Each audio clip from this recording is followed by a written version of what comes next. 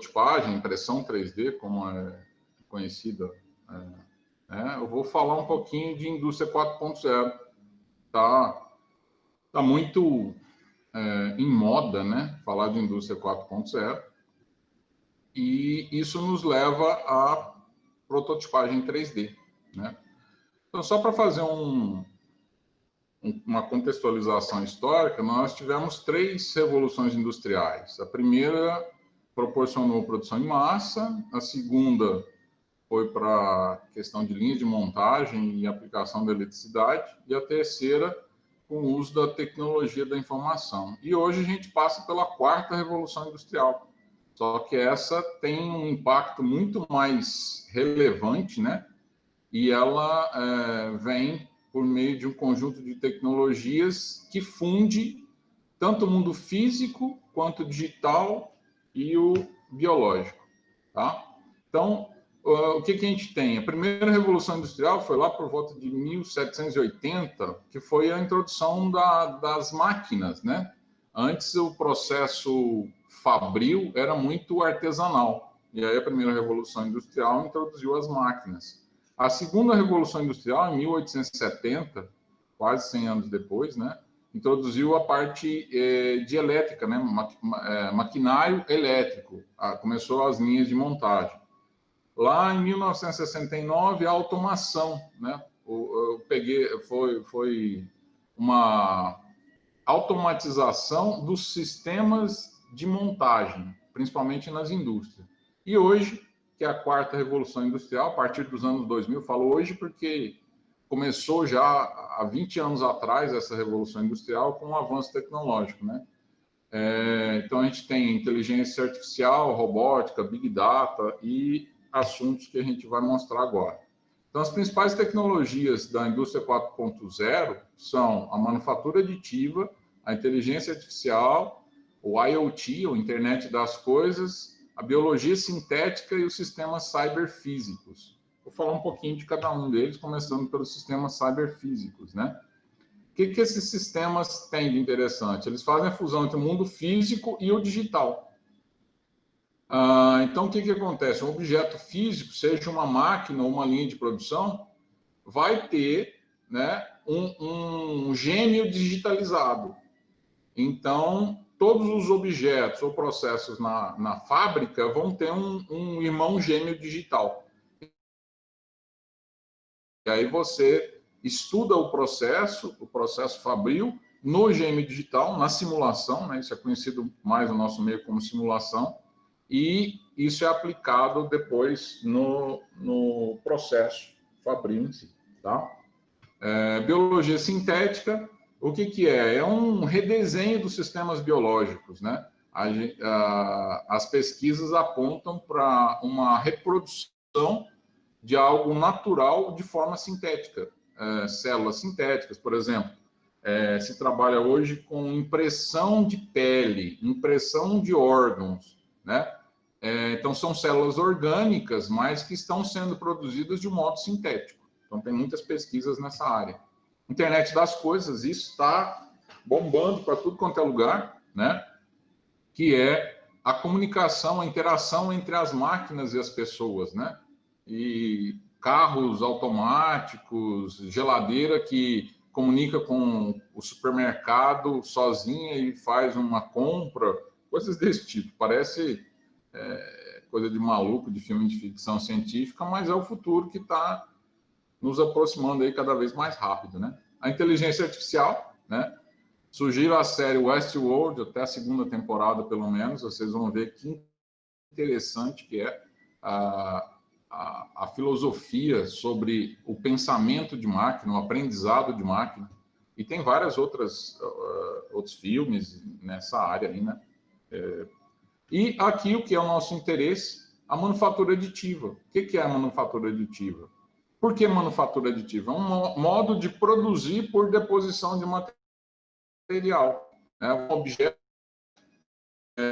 que você consegue produzir objeto na sua casa. Você não precisa comprar um objeto diretamente da fábrica. Você cria o objeto, desenha o objeto e fabrica esse objeto na sua casa. E hoje em dia a gente vê tanta coisa, né? Tem impressora que faz chocolate, né, na forma que você quer. Então, já está começando a indústria alimentícia também para personalização. Mas vamos lá. O que é a impressora 3D?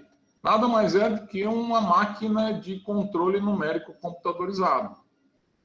Ela foi inventada, pensada a primeira vez para uma prototipagem rápida. O que é prototipagem rápida? Olha, fazer um protótipo, seja de uma peça, de um mecanismo, de um dispositivo, não é tão simples para o setor industrial, né? Então, buscava-se uma maneira de conseguir fabricar uma peça, um protótipo, de maneira mais rápida.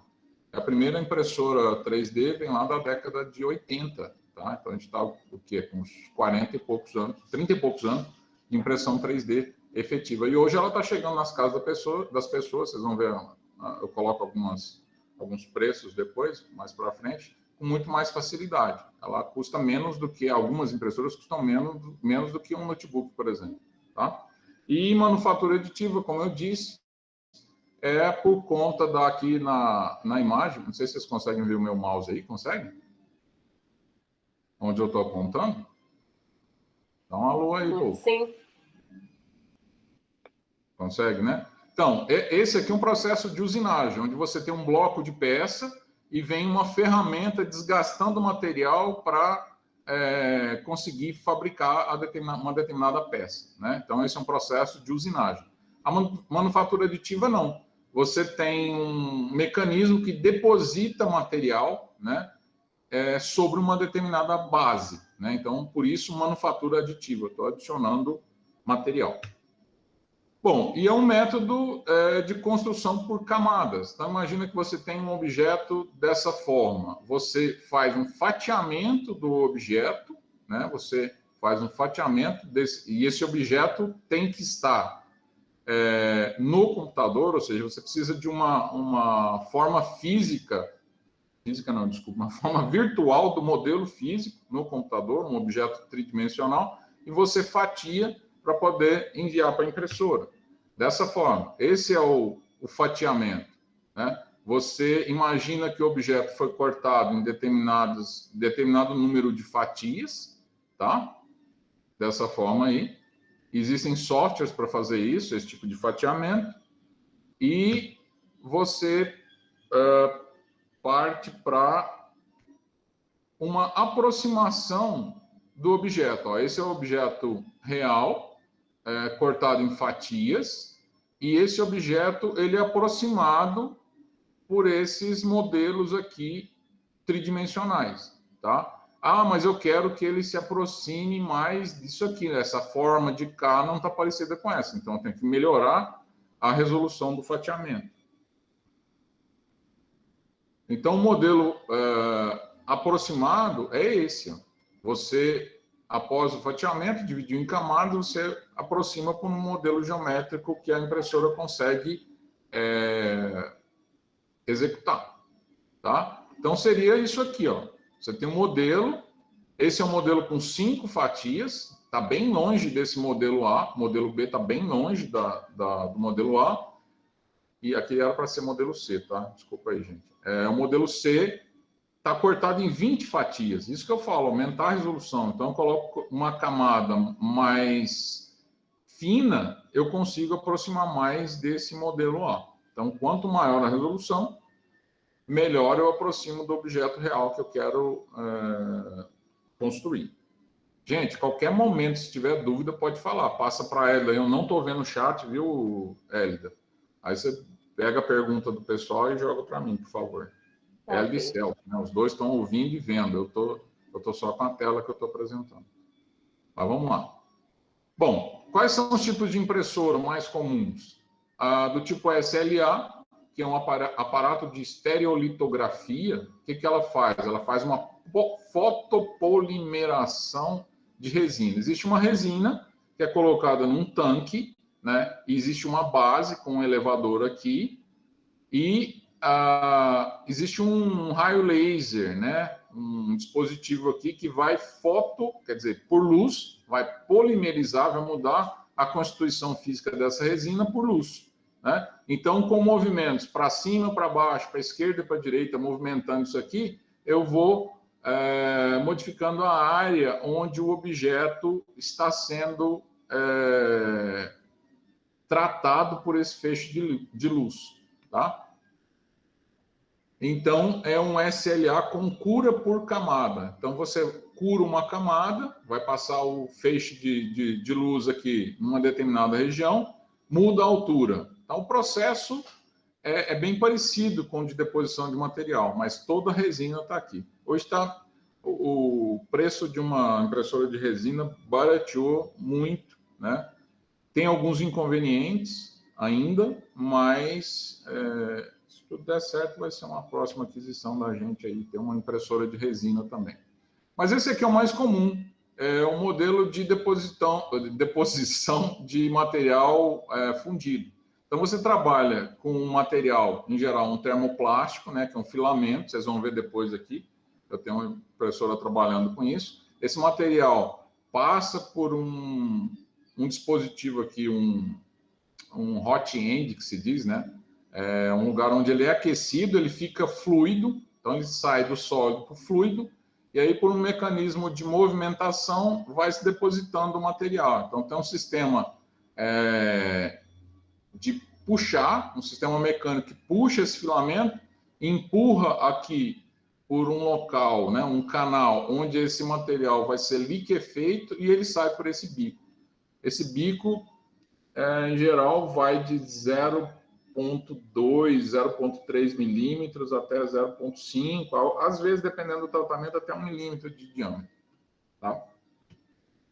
Bom, esse é outro sistema, a SLS, que é a sinterização a laser, né? Sinterização seletiva a laser. Por quê? Eu tenho uma camada de um material em pó, tá? E aí eu tenho um rolo que espalha esse pó, e vem um material também, vem um dispositivo com laser que também faz a sinterização desse material. Esse é o tipo de impressora que imprime em metal, tá bom? Esse pó aqui pode ser pó de metal, vem o laser e funde esse metal em áreas específicas de acordo com o fatiamento que eu faço. Então, aqui eu tenho um pistão que eleva essa cama com pó, e esse pó de metal ele é solidificado por meio desse laser, tá bom? Então, 3 modelos aí de impressão.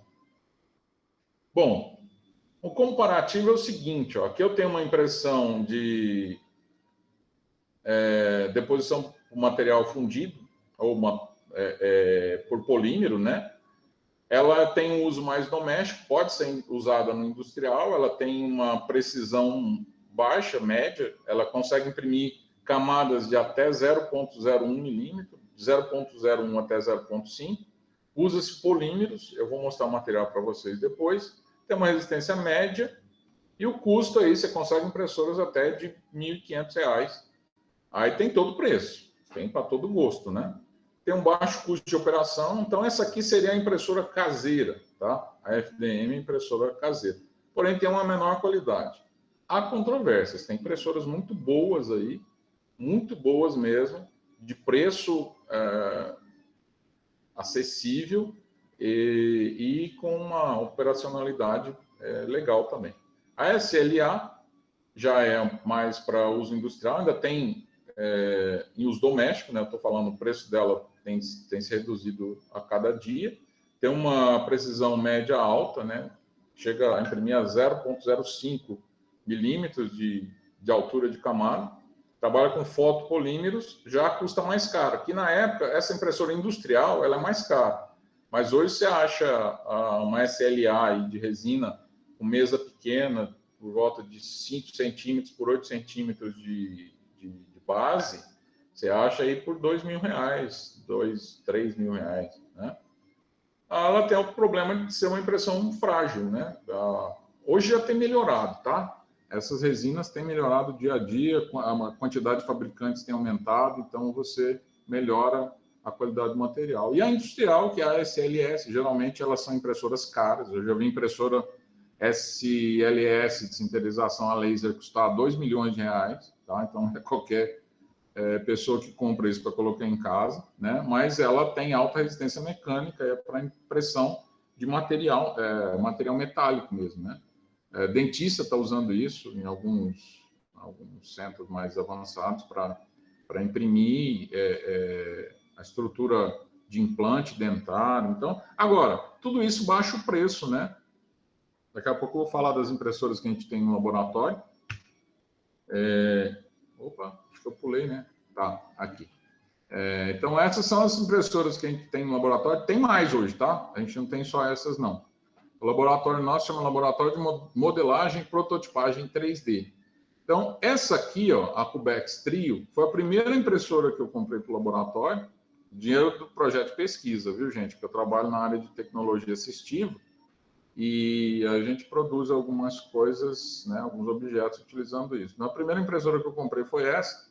Na época, ela custou, acho que R$25 mil. E a vantagem dela é que ela tem 3 bicos de impressão. Então, ela consegue imprimir 3 cores diferentes. Fala-se ao mesmo tempo, mas não é ao mesmo tempo. Ela imprime uma cor, muda o bico de extrusão para outra cor e assim por diante. Depois nós compramos uma One dessa aqui, né? Todas elas trabalham com material plástico, polímero plástico, né? E algumas comparações aqui. Muda a área de impressão, muda a forma, por exemplo, essa base aqui, ela não movimenta, o que movimenta é o extrusor, o conjunto de extrusor. Essas duas aqui, o que movimenta é a base. A Cubex é onde movimenta a base. A One tem mesa aquecida. E por que eu tenho que ter a mesa aquecida? Dependendo do material, eu preciso aquecer a mesa para que a primeira camada cole aqui. A Cubex, por exemplo, eu tenho que passar uma cola, ela não tem mesa aquecida, eu tenho que passar uma cola para quando eu fizer a primeira camada, o material ficar colado aqui, né? Então, uma das coisas, nesse mundo de impressão 3D, eles falam, ó, a primeira camada é a principal. Se a primeira camada não ficar boa,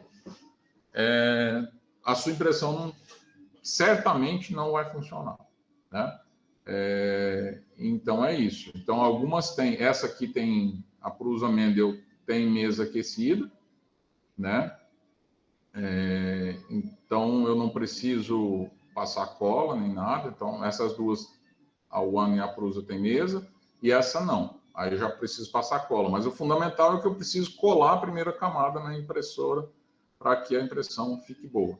E aí tem algumas variações de geometria da mesa e tudo mais. Essa aqui eu comprei as peças. Se vocês verem essas peças laranjadas aqui, ó, elas são impressas numa outra impressora.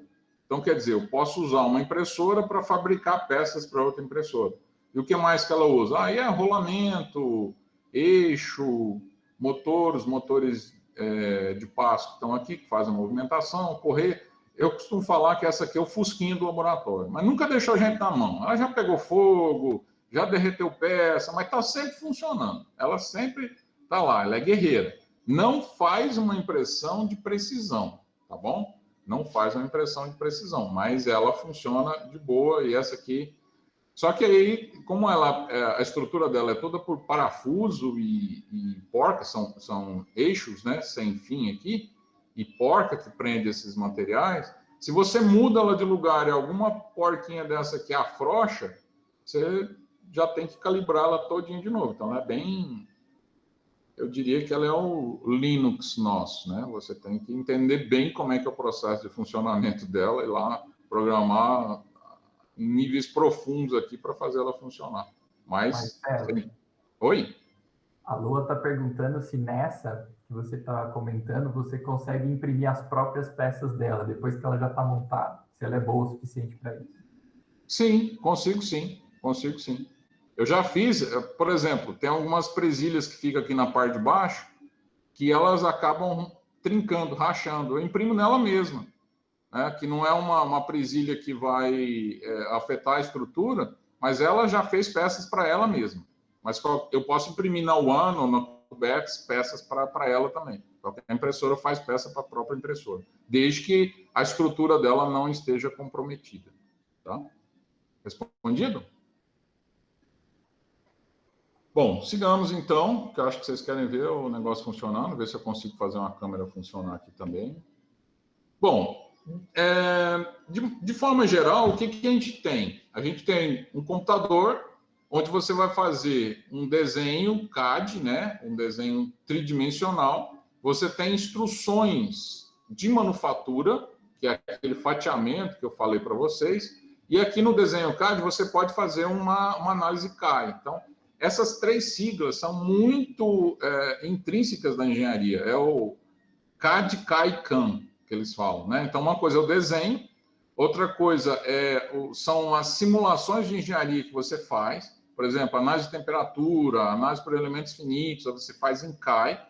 O CAM, por exemplo, se você vai fazer uma usinagem numa peça, numa CNC, claro que a impressora 3D é uma CNC, mas uma CNC de usinagem. A gente tem no laboratório lá no Amap 3D, também tem uma CNC que faz usinagem. Aí você retira a peça de um bloco. Então, você tem instruções CAM. Então, isso aqui conversa tudo dentro do computador. Uma vez que eu fiz o desenho, fiz as instruções do material, eu tenho que passar para o meu software, que impressora que eu estou trabalhando, como que eu quero fatiar a altura da camada. E aí é que o bicho pega, porque são tantos parâmetros para você tomar conta que você fica meio maluco. Então, a impressão não ficou boa. O que é? Algum parâmetro que você não fez adequado. Então, você tem uma interface, que são conversores, né? E uma mídia externa. Ou você tem um conversor que faz o computador comunicar com a impressora diretamente, ou você usa uma mídia externa. Por exemplo, lá no laboratório, a gente deixa as impressoras conectadas ao computador e a comunicação é via interface. Aí eu utilizo um programa para fazer a comunicação do computador com a impressora. Agora aqui, as máquinas que eu tenho, eu não faço isso. O computador não está dedicado à impressora. Eu utilizo uma mídia externa, no caso, um cartão de memória, faço todo o processo no computador, copio no cartão e jogo para a impressora executar. Nossa, faltou um tio aqui na impressora. Agora que eu vi. Mas tudo bem, aqui embaixo está escrito impressora, vocês sabem o que é. Então, eu posso trabalhar de duas formas, ou offline ou online. O online é que você faz até intervenções, dependendo do processo, na impressão. Do jeito que eu estou aqui, eu coloco para imprimir, a peça está ali imprimindo, né? E eu não consigo mais interferir no processo. Eu precisaria de um processo online de comunicação do computador com a impressora. Aqui eu não tenho isso. Tá claro?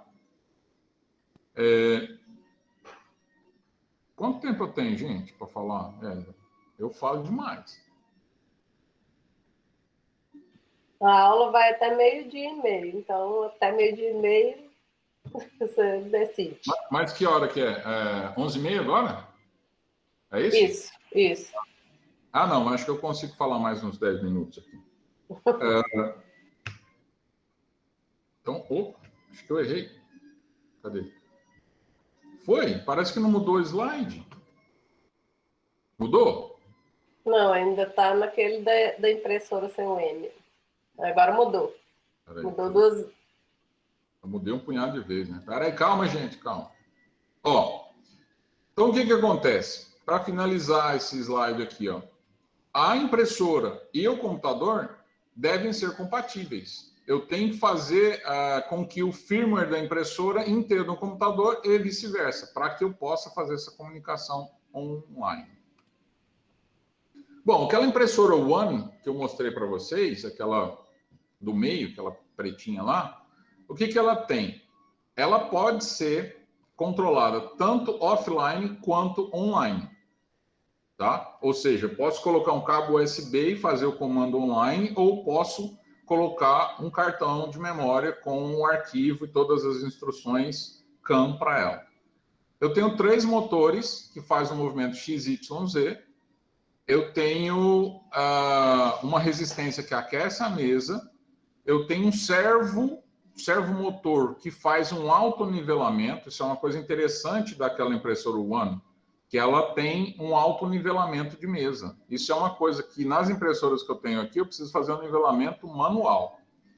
Então, eu tenho uma resistência externa e todos esses dispositivos aqui, é o que a gente aprende lá na automação industrial. Todos esses dispositivos precisam ser comandados por componentes ou placas de drivers.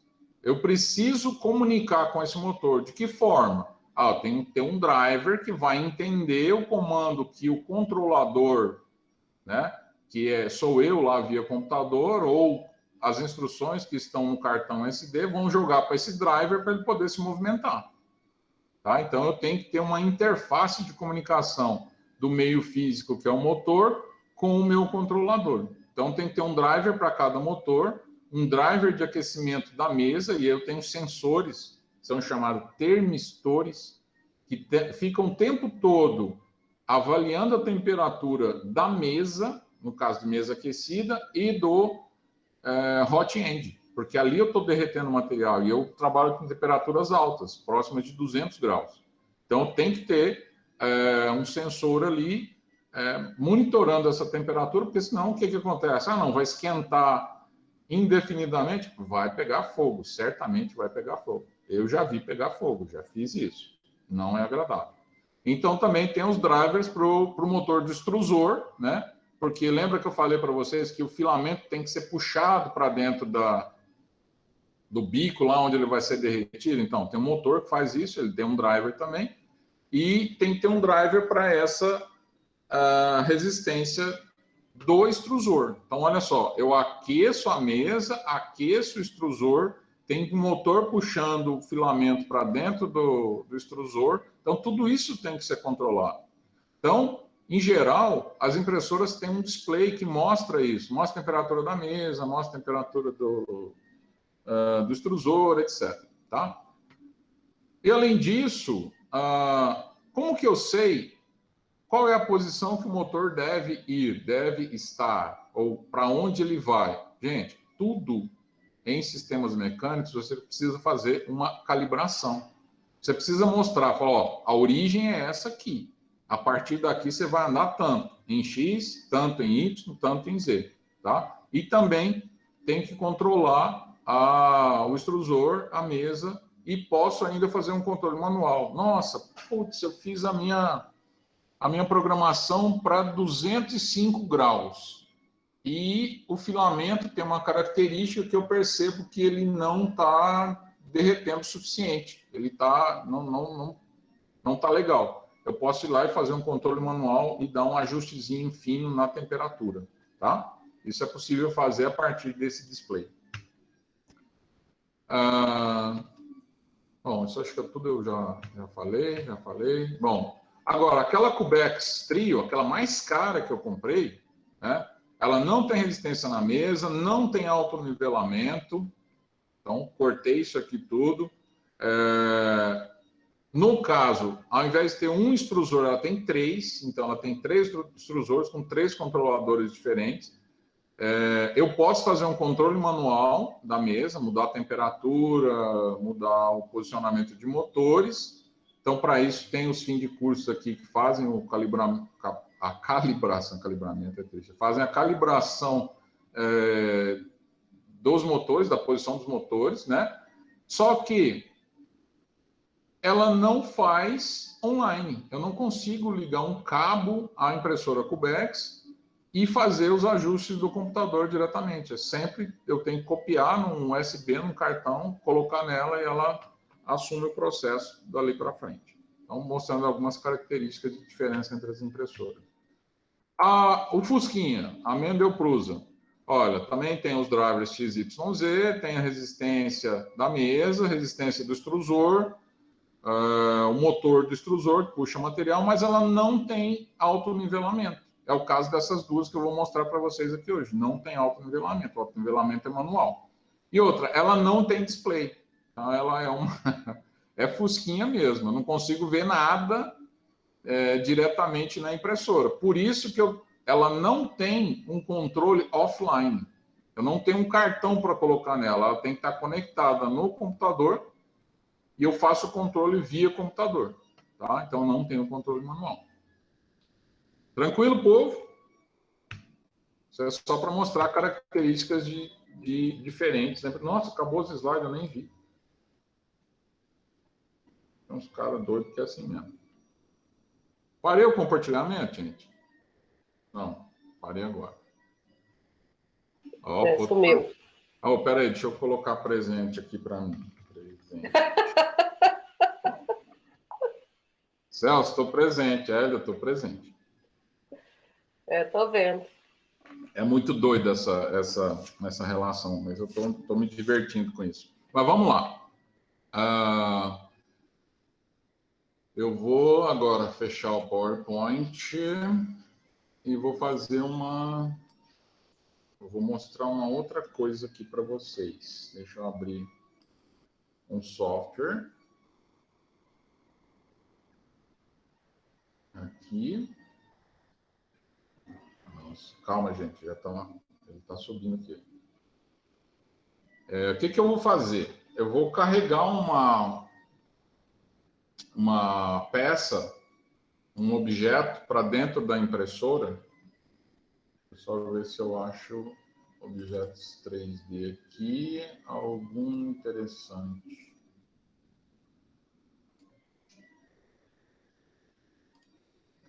Tá, beleza. Deixa eu compartilhar a tela de novo.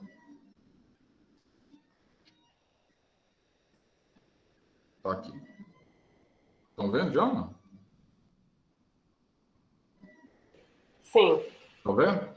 Então, esse software que está aqui, tá? É chamado Cura, mais conhecido como Cura. Foi essa empresa Ultimaker que fez esse software, é disponibilizado gratuitamente, tá?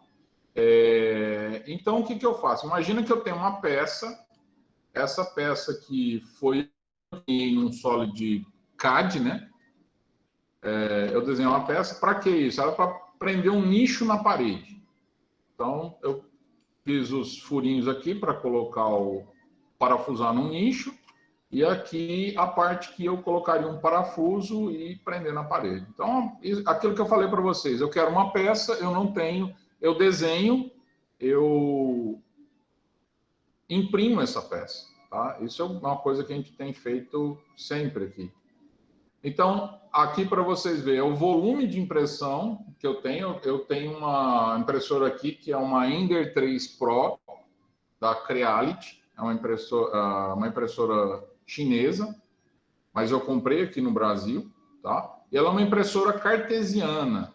O que é uma impressora cartesiana? Eu tenho os movimentos, tá vendo esses 3 eixos coloridos aqui? Movimentos em X, Y e Z, para cima. E é isso que eu tenho que programar. Então, a movimentação mecânica da impressora é nesses 3 eixos. Tá bom? Tá claro? Então, o que eu faço? Eu venho, coloco a peça aqui, ela tem um formato de arquivo específico para trabalhar na impressora. Eu jogo a peça aqui, escolho o posicionamento que eu quero na peça, tá? E aí, o que esse software vai fazer? Tá vendo que tem um slice aqui? Ele vai fatiar a peça. Espera aí. Standard. Por que não está aparecendo? Bom, aqui eu controlo a espessura de camada que eu quero, o preenchimento, que é quão cheio que esse objeto vai estar de material. Eu posso fazer ele até 100%. Então, aqui eu estou colocando com 20% de preenchimento. Suporte. O que é o suporte? Imagine que... deixa eu modificar isso aqui. Eu vou fazer uma coisa que não é o ideal, tá?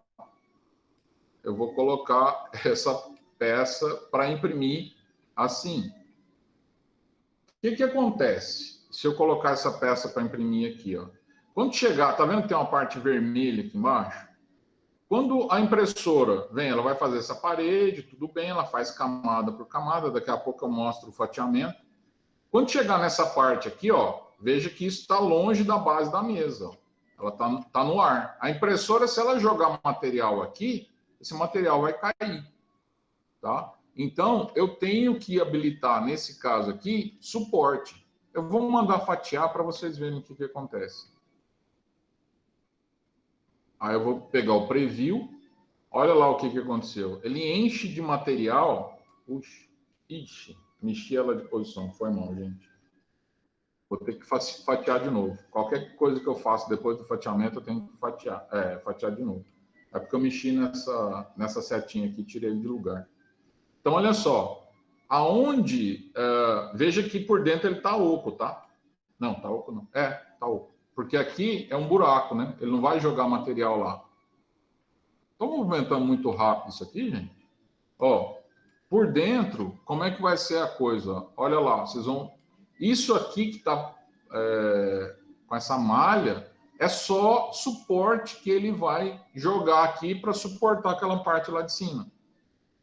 Então, até o posicionamento que eu coloco na impressora para fazer o material aqui é importante. Porque senão eu estou jogando material fora. Isso aqui depois eu descarto. Ele não faz parte da peça. Tá? E aqui ele demora 2 horas e 13 minutos para fazer. Então vamos voltar lá do jeito que eu tinha pensado. Aqui, opa. Oh, meu Deus do céu. Tá.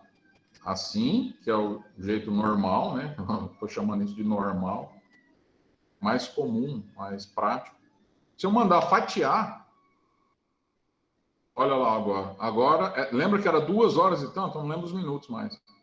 Só por ele estar em outra posição. Vai imprimir do mesmo jeito? Vai. Só que lá ele estava gastando muito mais material numa área que ele precisava fazer, porque senão ele não ia conseguir imprimir aquela área que estava no ar. Entendeu como é que funciona? Gente, isso aqui não é curso de impressão 3D, pelo amor de Deus. Eu estou mostrando algumas coisas para vocês aqui de como que funciona esse processo. Tá bom? Então, só de virar a peça, agora já gastou 1 hora e 3 minutos. E aí, o que eu faço? Ó, eu posso verificar aqui como que vai ser o material, como que vai ser preenchido aqui, ó. Ah, eu quero... Não, estou achando que ele vai ficar muito oco. Eu vou colocar 40. Viu que eu mudei aqui o preenchimento? Tem que mandar fatiar de novo.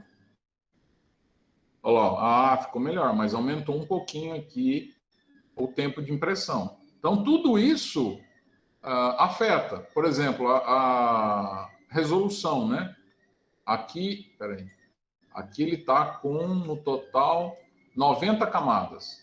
Eu vou diminuir aqui para 0,12. Vou fatiar de novo. Ele foi para 150 camadas e passou. Ele vai ser mais bonitinho? Vai ser mais lisinho essa peça? Vai. Vai sim, mas eu dobrei a quantidade de tempo aqui para poder imprimir. E dentro do material, continua a mesma coisa. Tá? Então, aí, parâmetros, para vocês terem uma ideia. Né? A quantidade de paredes que eu vou ter, né? Quantos filamentos que eu vou ter na parede. Gente, o negócio tem...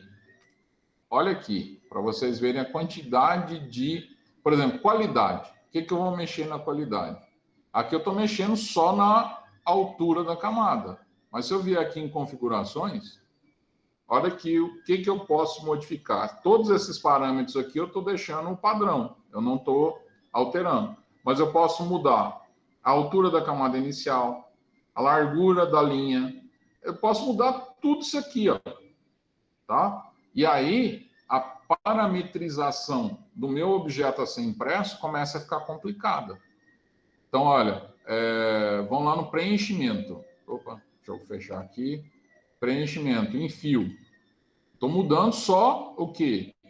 40% percentual de preenchimento e o tipo, padrão, cúbico. Mas olha o tanto de preenchimento diferente que eu posso colocar lá dentro. Depende da peça. Ah, não, mas eu quero mais coisa. Vamos lá nas configurações do enfio. Olha a quantidade de coisa que eu posso habilitar para melhorar o preenchimento. Tá? Isso é só para vocês terem uma ideia. Então, é um mundo, assim, que tem que estudar muito, tá? Não é pegar uma impressora e sair imprimindo igual a impressora de papel que vai sair boa, não. Tem muita teoria por trás disso, tá bom? Falando do material, existem vários tipos de material, PLA, ABS, PETG. Eu gosto muito de trabalhar com PLA porque ele é biodegradável, ele tem uma característica de trabalhar com impressora aberta. O ABS, por exemplo, que é muito utilizado na indústria, você precisa trabalhar numa impressora fechada, porque ele tem uma retração. O que é isso? Com variação de temperatura, ou ele contrai demais, e aí a sua impressão fica torta, não fica legal, né? Então você tem que trabalhar nele com impressora fechada. PETG, eu já imprimi algumas vezes, ele é um pouco mais caro, tem as aplicações dele. Então, assim, eu tenho uma infinidade de materiais. Filamento flexível, posso imprimir estilo uma borracha aqui? Posso. Existe um material PLA flexível, só que assim, se você gasta 1 hora para imprimir uma peça dessa aqui, no flexível você tem que baixar a velocidade de impressão, você vai gastar 10 horas. É 10 vezes mais o processo. Beleza? Bom, e aí depois disso tudo feito, parametrizado aqui, ó, eu vou salvar o arquivo num cartão de memória ou num pendrive, tá? E aí eu levo para a impressora. Tranquilo? E aí lá na impressora já tem as configurações que eu tenho que fazer lá. Uma coisa é aqui no computador, outra coisa é fazer o negócio funcionar lá na impressora. Você falou dos materiais para impressão. Em termos de estrutura, né? Após o material impresso, tem diferença de estabilidade entre esses materiais? Qual seria o mais indicado se você quer maior rigidez, por exemplo? Tem sim. Por exemplo, a dissertação da Stephanie, lembra da Stephanie, da Matemática Industrial? Sim. A irmã do Stanley. Então, o projeto dela foi exatamente avaliar a influência dos parâmetros de impressão no material impresso. Por exemplo, o grau de inclinação do objeto na mesa, a espessura da camada, o percentual de preenchimento da camada, comparação entre PLA e ABS. Então, ela tem um banco de dados gigante, que eu estou brigando com ela para a gente publicar isso, comparando esses materiais. Então, assim, tem diferença mecânica? Tem sim. Tem diferença mecânica e tanto pelo material, pela característica química do material, quanto pelo processo de impressão. Então, a gente tem que tomar muito cuidado quando vai imprimir, para que você vai imprimir, né? E, assim, a gente poderia ter feito conseguido mais resultados lá no trabalho dela, mas a gente não tinha equipamento suficiente para fazer o ensaio de tração. A gente fez ensaio de tração em corpo de prova que foram impressos nas impressoras em características diferentes. Bacana, bacana. Ó, essa impressora que eu estou mostrando para vocês é uma impressora cartesiana, que eu falei lá, onde aquele volume de impressão que eu fiz lá no Cura era para essa impressora aqui. Eu não lembro as dimensões, não. Acho que é 22 centímetros por 22 por 25, tá? Então, ela tem um display, tá? Vou tremer mesmo, porque eu estou segurando aqui uma jalapa de tablet para poder mostrar isso para vocês. Então, Então, o movimento é nesse sentido, o carro movimenta nesse sentido e para cima e para baixo. O filamento está aqui, ó. Tá? Então, ele sai daqui do carretel, passa por aqui, entra. Essa peça aqui, ó, foi eu que construí, porque ele estava dando uma quebrada aqui no filamento. Então, desenhar a peça e imprimir na própria impressora. São os ajustes. Então, vem por aqui e aqui está o motor. Vocês estão vendo? Porque eu não estou conseguindo ver a tela do computador. Está meio às cegas aqui para mim. Então, é aqui o motor e o extrusor que vai puxar o material por aqui. Passa por dentro dessa mangueirinha branca e vem aqui. Aqui tem um refrigerador. Vocês não vão ver muito direito aqui porque o hot end está lá dentro. Está dentro dessa caixinha aqui, tá? E ele vai depositando o material nessa mesa. Tá? Então, essa é uma impressora cartesiana chamada de Ender 3 Pro. É uma das que mais está sendo vendida no mercado pelo preço. Tá? Aí eu pendurei aqui uma luminária, só para melhorar. Peraí, deixa eu virar para cá. Ó, é isso aí. A impressorinha aí. Daqui a pouco eu ligo ela. Eu vou mostrar outra para vocês, que é essa aqui, ó. Essa é uma Delta. Tá vendo que o filamento está lá em cima, né? E ali eu fiz também, foi projetado o suporte para o filamento e tal. Vocês vão ver alguns detalhes aqui, onde o filamento está passando. Tem um guia para o filamento. Ele também tem um extrusor ali. Deu um corte aí na imagem.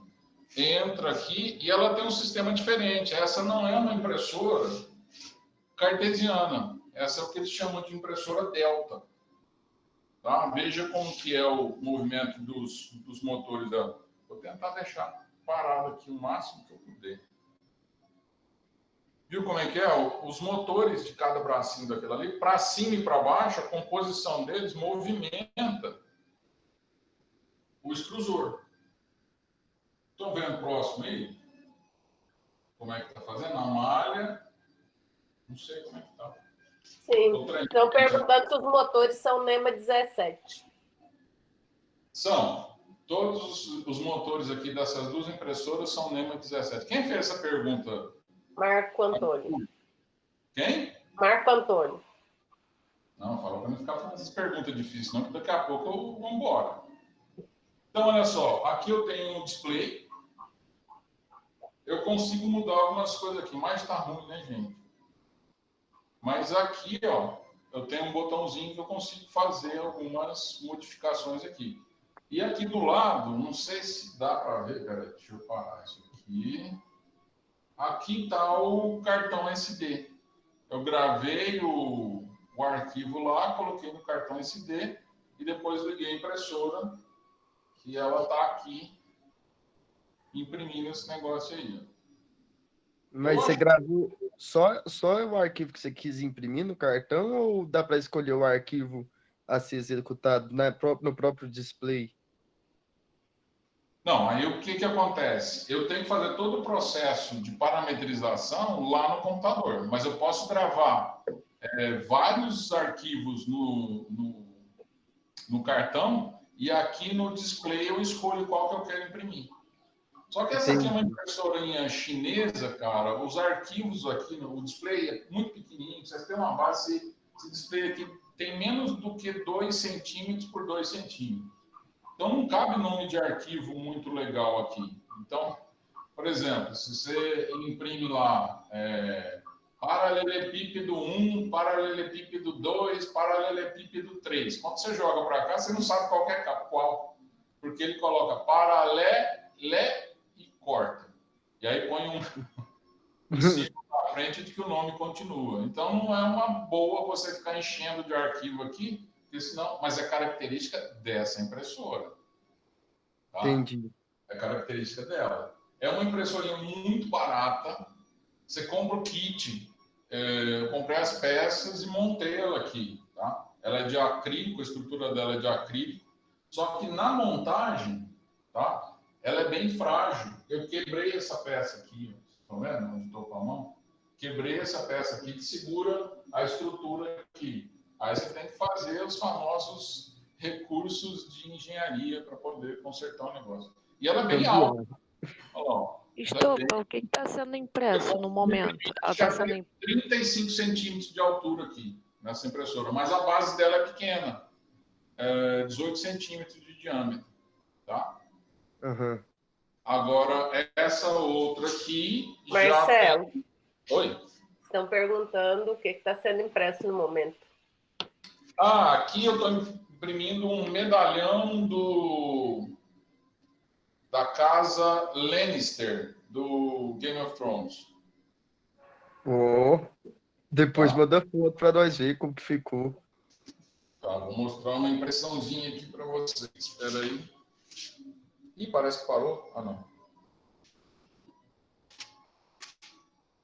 Boa. Tá? Então, essa é uma impressão. Aí você fala assim, mas não cabe na impressora. Realmente não cabe.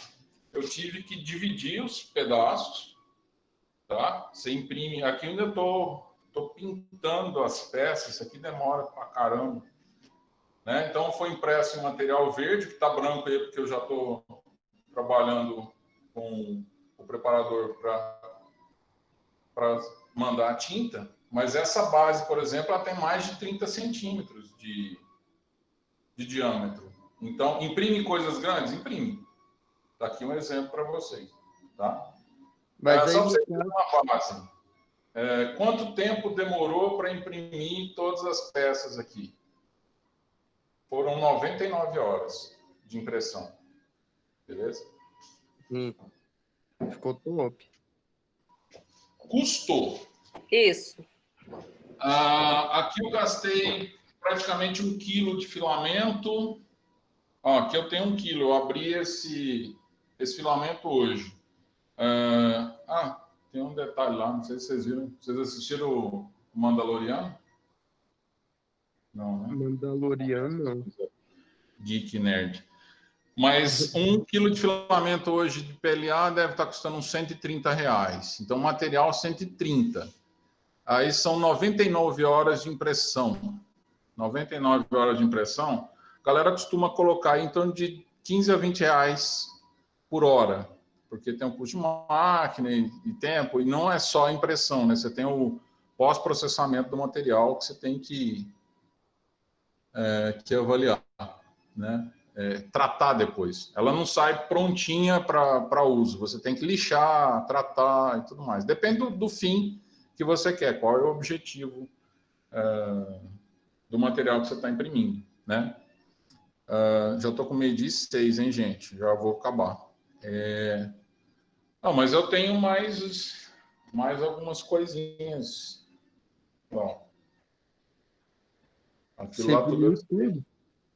tudo é feito na impressora 3D. São meus anti-estresse. Quando o chefe briga com a gente vem para cá pintar esses bichinhos aqui, que é anti-estresse. Bom, tem uma outra coisa que eu queria mostrar para vocês, para finalizar, que isso está ficando muito comum também, que é... Bom, espero que eu não tenha quebrado. Que é a caneta 3D. Ver se eu consigo parar isso aqui. Tá vendo isso aqui? Essa é uma caneta 3D. Como é que ela funciona? Eu liguei ali na tomada, tem uma fontezinha. Eu vou... deixa eu ver aqui. Então, eu liguei a canetinha e ela está aquecendo. Tá?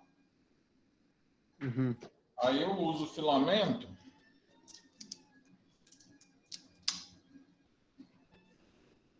Vou pegar um pouco de filamento aqui.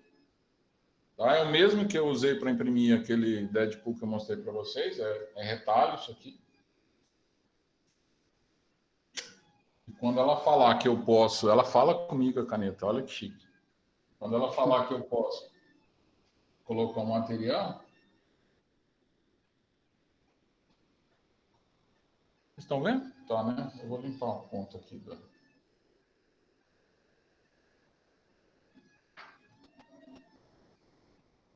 Aqui é onde eu vou... Gente, eu estou parecendo contorcionista de circo, porque eu não estou vendo a tela. Não, mas dá para Estão ver. perguntando se é o mesmo filamento da impressora e qual o valor dessa caneta. É o mesmo filamento. Eu tirei, aquele mesmo que eu usei na impressora. Peraí. Eu vou colocar aqui, é o mesmo filamento, tá?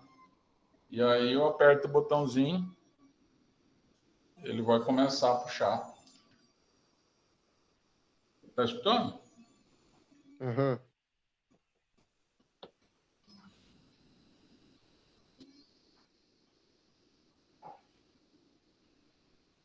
Nossa, mostrando minhas cutículas, que feio.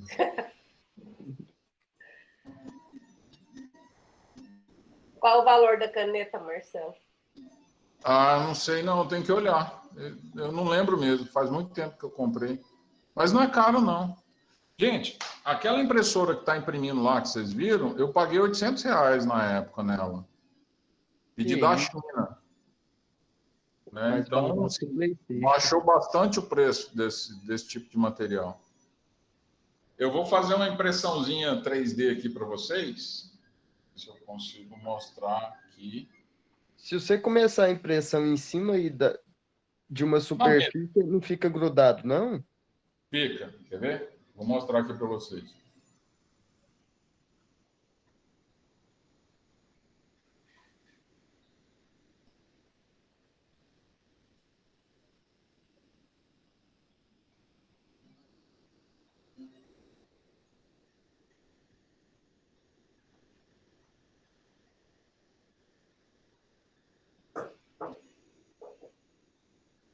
Só que aí você tem que ter as ferramentas, né, para poder segurar o filamento aqui e tal, mas é isso.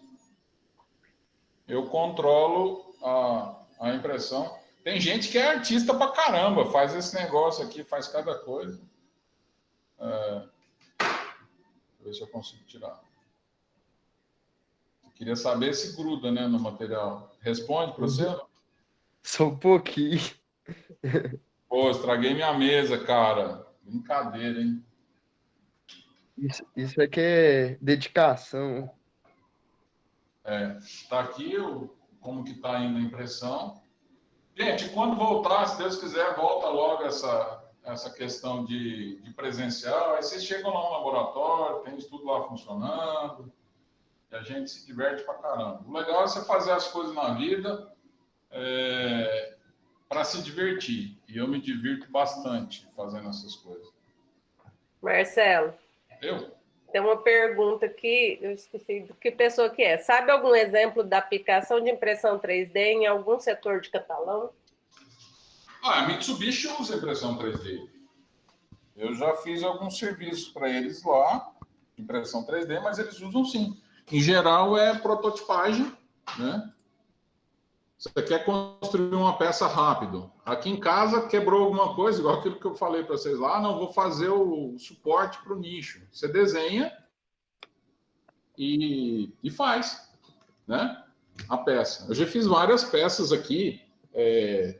Mostrei para vocês o próprio suporte para o carretel lá da Delta, né? Aquela impressora chama Delta, não falei o nome dela, né? Foi mal.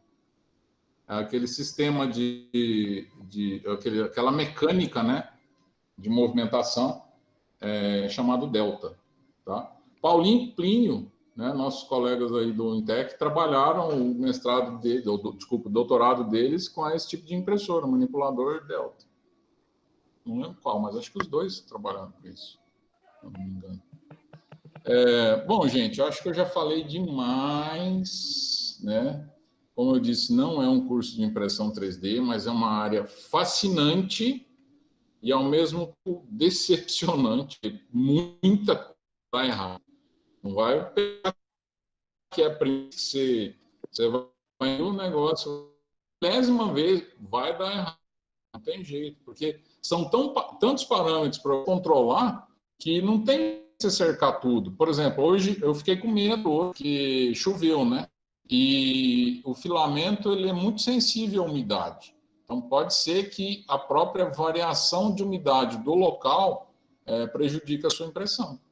Então, são muitos parâmetros que você precisa levar em consideração, né? Não é só os de impressão, tem os parâmetros físicos também. Aí é o tio Celso que manja desses negócios aí. Eu não sei nada de física, não.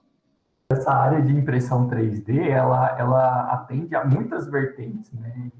Tanto a parte comercial, que já deu para ver aí, né? Que dá para você se aperfeiçoar e ganhar dinheiro com isso, quanto na área de pesquisa também, né? Então, destaca os seus projetos aí da parte assistiva, para o pessoal ter conhecimento, quanto que isso caminha também.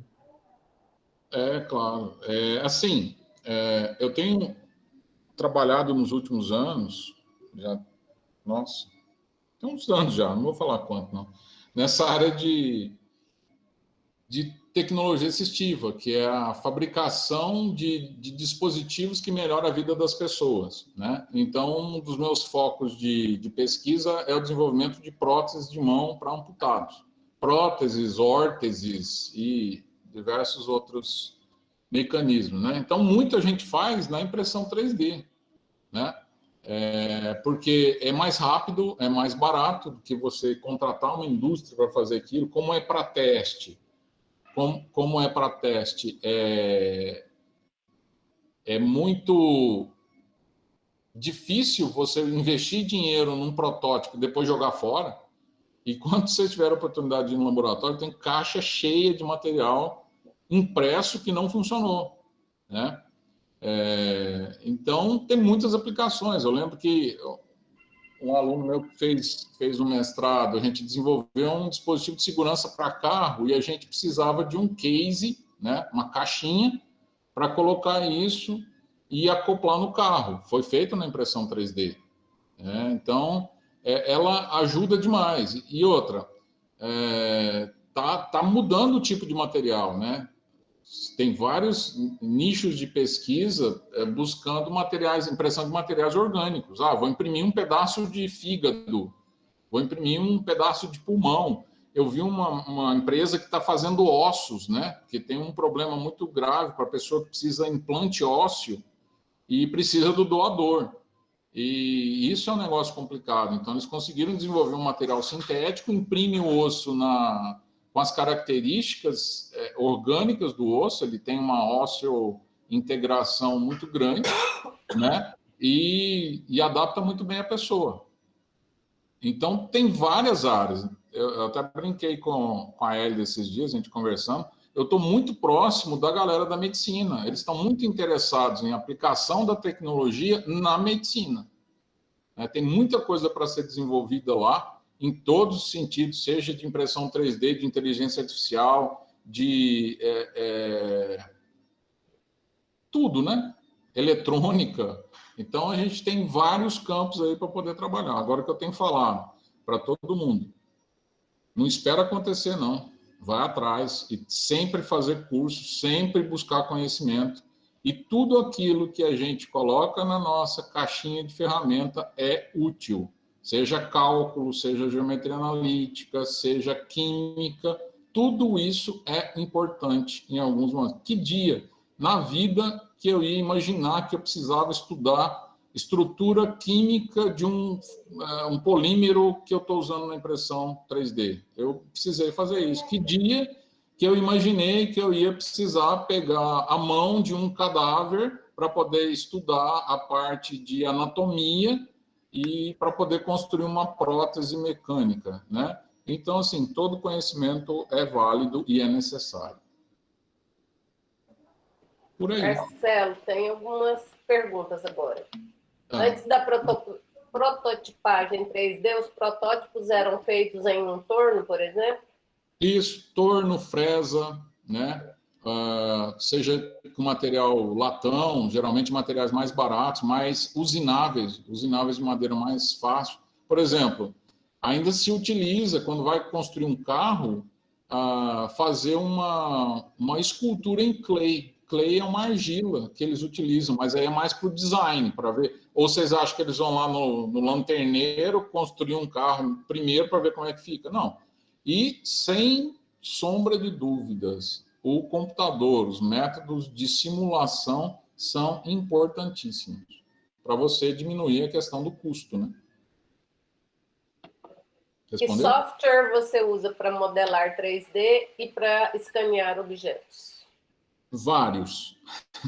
Porque nem sempre você consegue fazer o que você quer em um software. Mas, assim, a base que eu trabalho é SolidWorks para desenho 3D, né? Mas aí, junto com ele, às vezes você faz um modelo 3D lá, gera o arquivo para impressão, mas você tem que editar. Então, tem Mesh Mixer para edição de... o arquivo que manda para a impressora, em geral, é o STL ou OBJ, as extensões de arquivo. Então, eu uso o Mesh Mixer para alterar, ou às vezes faz o desenho no Fusion, também, o Fusion 3D. O que mais que eu uso? AutoCAD eu uso pouco, né? Mas, em geral, para desenho 3D, o SolidWorks. Porque o SolidWorks ele tem um sistema CAI interessante. Eu consigo fazer análise de elementos finitos dentro do próprio SolidWorks. Claro que é uma análise inicial, né? Mas eu já tenho uma ideia de como que se comportaria o material em termos de deformação plástica, deformação mecânica, comportamento térmico, tudo dentro do SolidWorks. Então, eu gosto bastante dele. Aí, software de fatiamento, eu gosto do Cura, mas tem Simplify, tem o próprio, um chamado Slicer, tem vários, depende. E para escaneamento, eu tenho um scanner no laboratório, mas ele não é legal. É um scanner da 3D System, que é uma das maiores produtoras de impressora 3D do mundo. Comprei o scanner dele, mas não tem uma qualidade boa. O software deles é muito ruim. Eu já escaneei com o Kinect do Xbox. Já fiz uma técnica chamada fotogrametria, onde você tira fotos do material em diversos ângulos. Tem uma técnica para isso. E a partir das fotos você gera o objeto 3D. E hoje está tão evoluído, alguns smartphones já têm câmeras que têm a questão de profundidade, então você usa o próprio aplicativo do celular para fazer o escaneamento 3D. E quantas impressoras 3D o FCAT tem? O FCAT, eu não tenho a mínima ideia. Eu sei que alguns lugares na engenharia tem, eu não sei se a computação tem, mas lá no Lamop 3D a gente tem 6. Mais alguma pergunta, pessoal? Eu espero que vocês não desistam desse curso, porque os bastidores, vocês não têm muito conhecimento, mas a gente que lutou, a gente que trabalhou para que esses cursos fossem implantados e implementados e construídos, estão em constante construção. Vocês não sabem disso, mas a gente batalha muito por isso. A gente toma muita pancada, sofre muito lá por trás para que vocês tenham um curso de qualidade. Tanto que a matemática industrial já teve 2 avaliações do MEC e as 2 vezes foi nota máxima. E a gente quer fazer isso com a mecatrônica também. Certo, meu chefe, Celso? Muito bem lembrado.